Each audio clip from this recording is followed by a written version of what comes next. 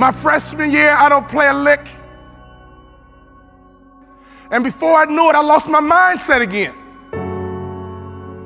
And I began to recalibrate. You know, everybody doesn't play in the NBA. I'll graduate in 4 years. You know what, I just go get a good job. It's okay, it's okay. And at the end of my freshman year, my daddy called me on the phone. He asked me a question. He said, son, you're not playing, why not? Politics, Dad.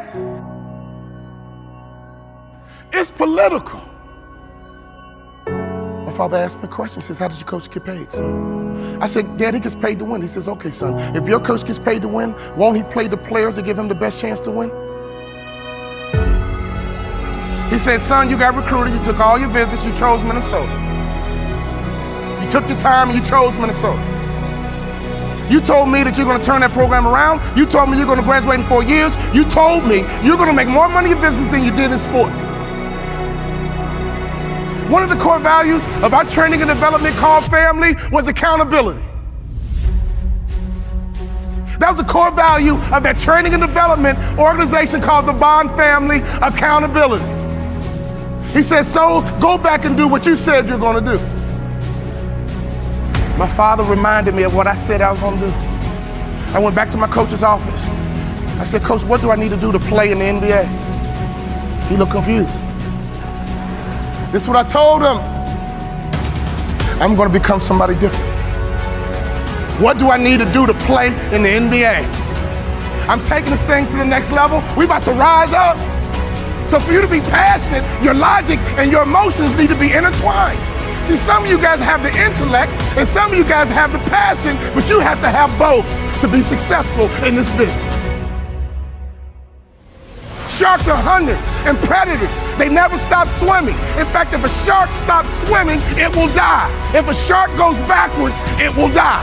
Think like a shark, act like a shark, and behave like a shark. Can I ask you a question right now? Can I ask you a real question? Not your neighbor, I'm talking to you. What kind of student are you right now in life?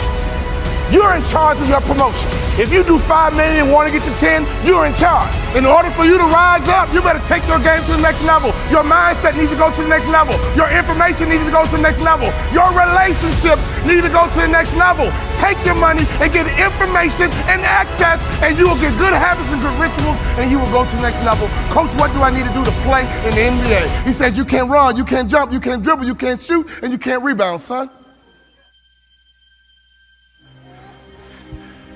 Next year, I'll be your most improved player. I'm going to think, I'm going to execute, and I'm going to win.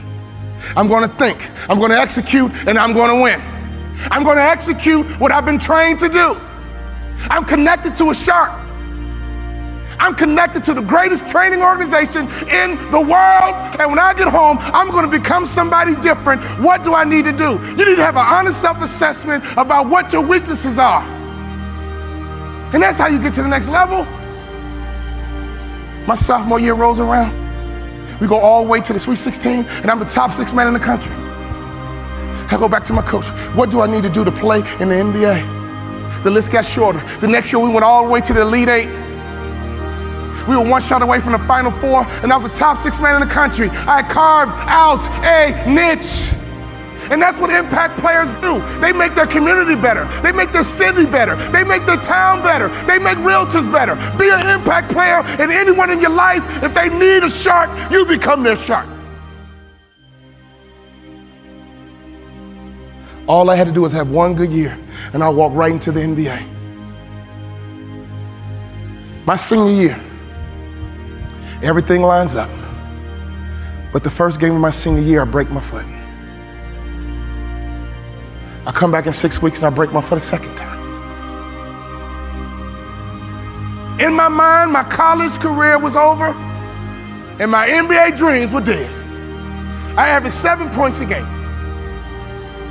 I got offered a $75,000 job because one of our season ticket holders liked me. Right before I took the job, my daddy called me on the phone. He would always ask the right questions at the right time. He said, you had a tough year, son, what's next? I said, Daddy, I'm gonna be a hospital administrator, $75,000 job. He said, not bad, son, but can I ask you a question? Do you believe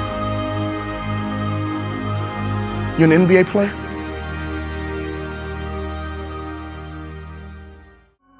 come on now, Dad. I only average 7 points a game, Dad. We're not like these other black families that just need basketball, Dad. We're educated, Dad. We're not dependent on basketball, Dad. We're balanced, Dad. We're educated, Dad. I got a $75,000 job, Dad. Do you believe, son? He was checking my mindset. He was checking to see, was I thinking like an A student? Or was I falling back into that C mindset? Do you believe you're an NBA player? I said, yeah, Dad, I do. He said, well, go for it, son, but Dad, I never started in college, but.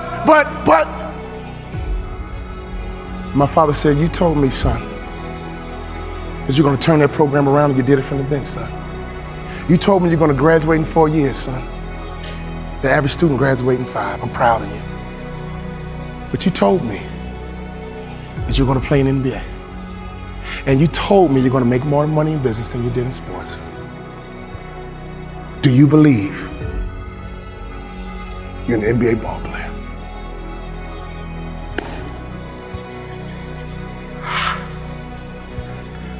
I do, Daddy. Go for it, son. Go for it.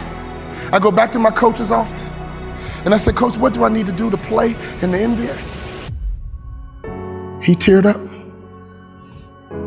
I teared up. He said, I'll be honest with you, son. When I recruited you, I heard you was a mama's boy.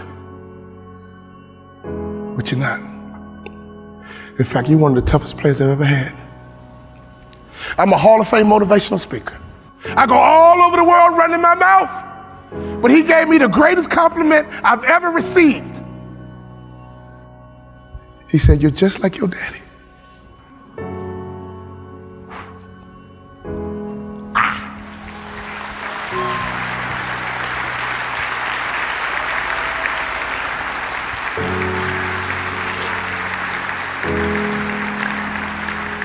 My daddy was a shark, and I was a suckerfish.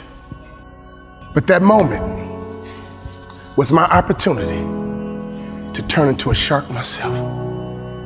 If you hang around sharks long enough, it will transform your mindset, and I promise you, you will be like a shark. You will think like a shark. And you can't go backwards, and if you stop swimming, you will die.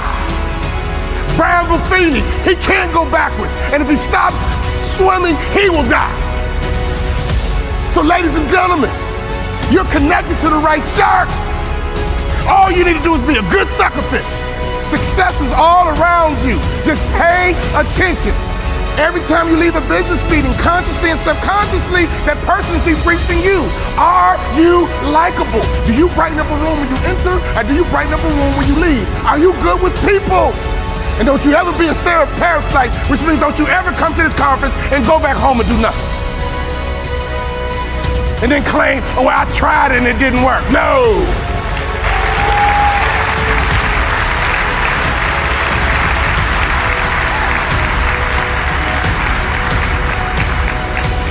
My college basketball coach said, son, I think you should be a motivational speaker.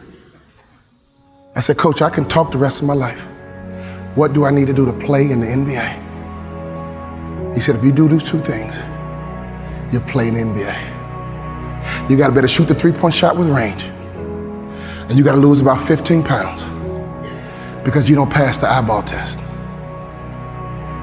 When I talk about the eyeball test, I'm not talking about you, I'm talking about me. He says the NBA thinks you're a football player trying to play basketball. You gotta lose weight to change the perception. I lost 15 pounds, and I became the first ever undrafted rookie free agent in the history of the NBA to start opening night.